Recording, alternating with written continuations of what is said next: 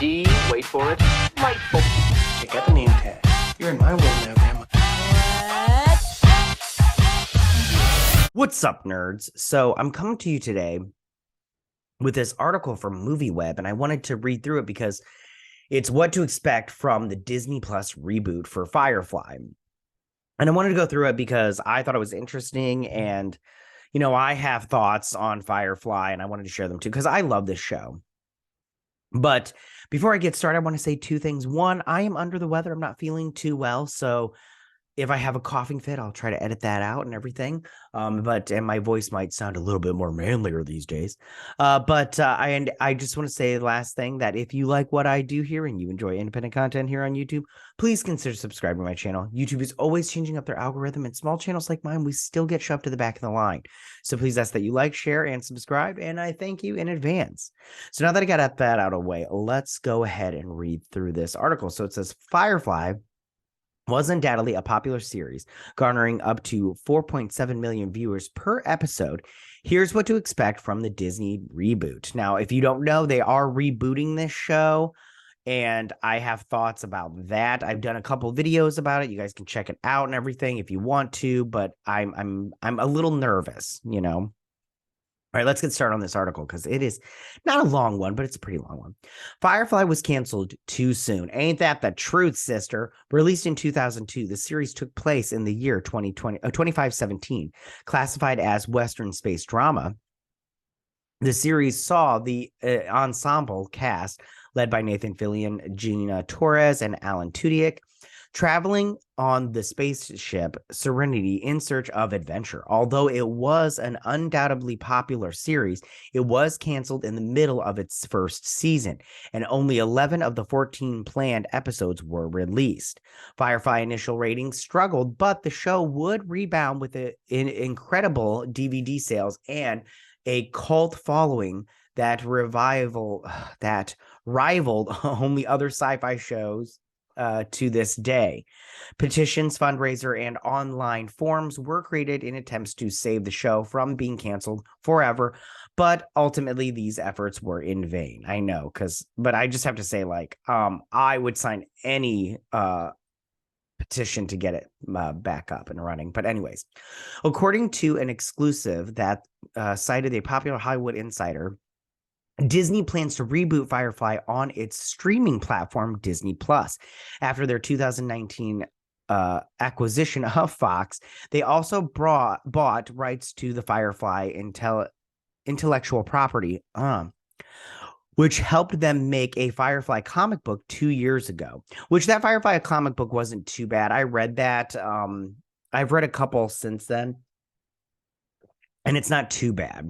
It's a popular title that has been part of the TV mythology ever since it was canceled. That is true.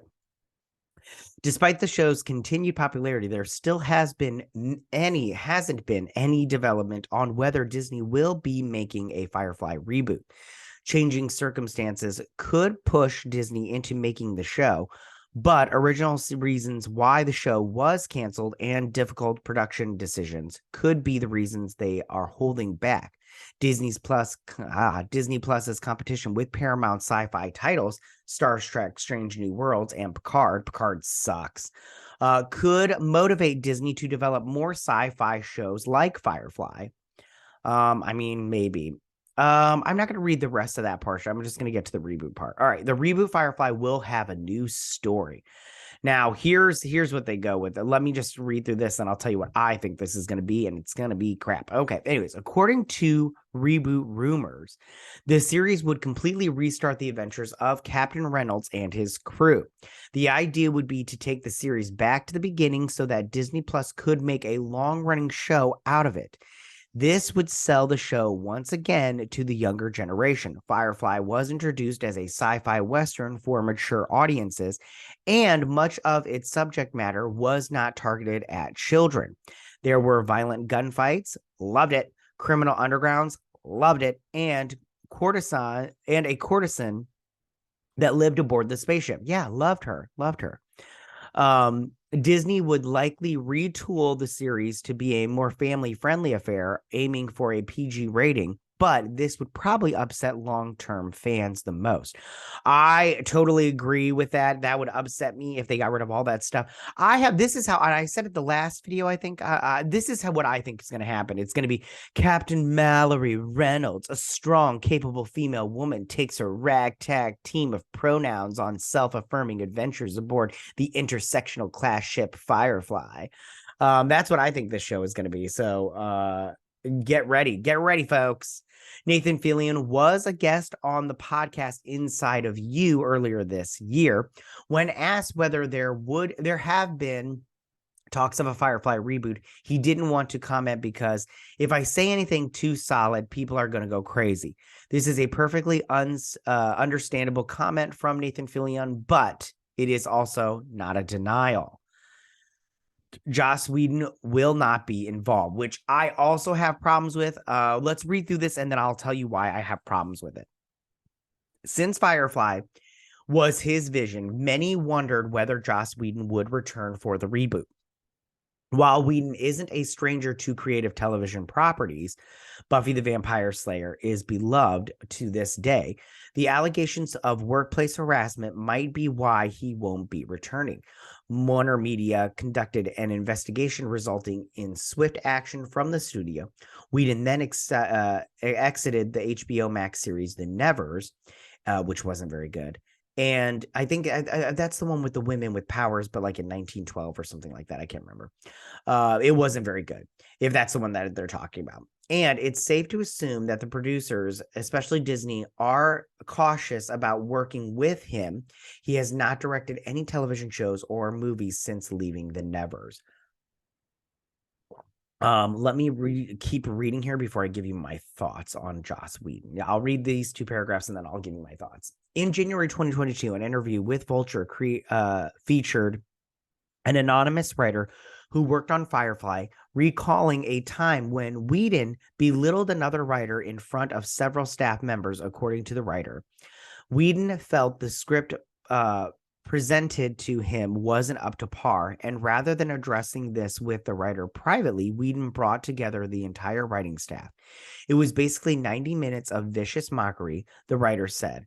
Joss pretended to have a slide projector and he read her dialogue out loud and pretended he was giving a lecture on terrible writing as he went through the slides and made funny voices. Funny for him. The guys were looking down at their pages, and this woman was fighting tears the entire time.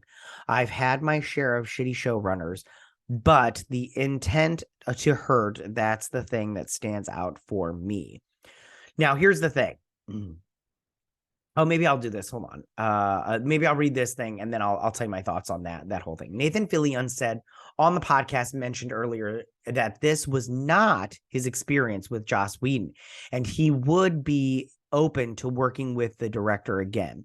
But according to an article posted in April of last year, citing the same source, while the series was moving ahead at the time, Joss Whedon would not be working on it. Now, I have to say this. Okay.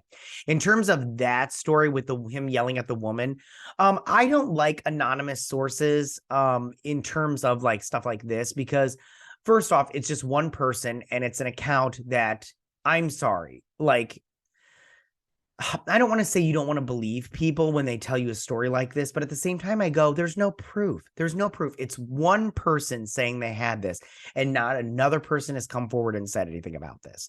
So I just go, I'm sorry, but you have to take that with a grain of salt and say, listen, unless you got proof, unless you got a video of him doing this, then I'm sorry. You're on your own, kid. In terms of Joss Whedon not coming back, if he doesn't come back, I don't know if I'm going to come back for this. Like, not even a little bit. I don't want to see a show where Joss Whedon created and then is not involved, you know? And, you know, maybe if he's crappy to people, maybe then just be like, listen, Joss, you got to go through some classes and stuff. And if you can't be cool with people, then we are going to have to make you leave the set. Like, we're physically going to have security remove you if you can't be cool. All right. Why was Firefly ever canceled? I'm not going to go through this, but I'll just tell you this.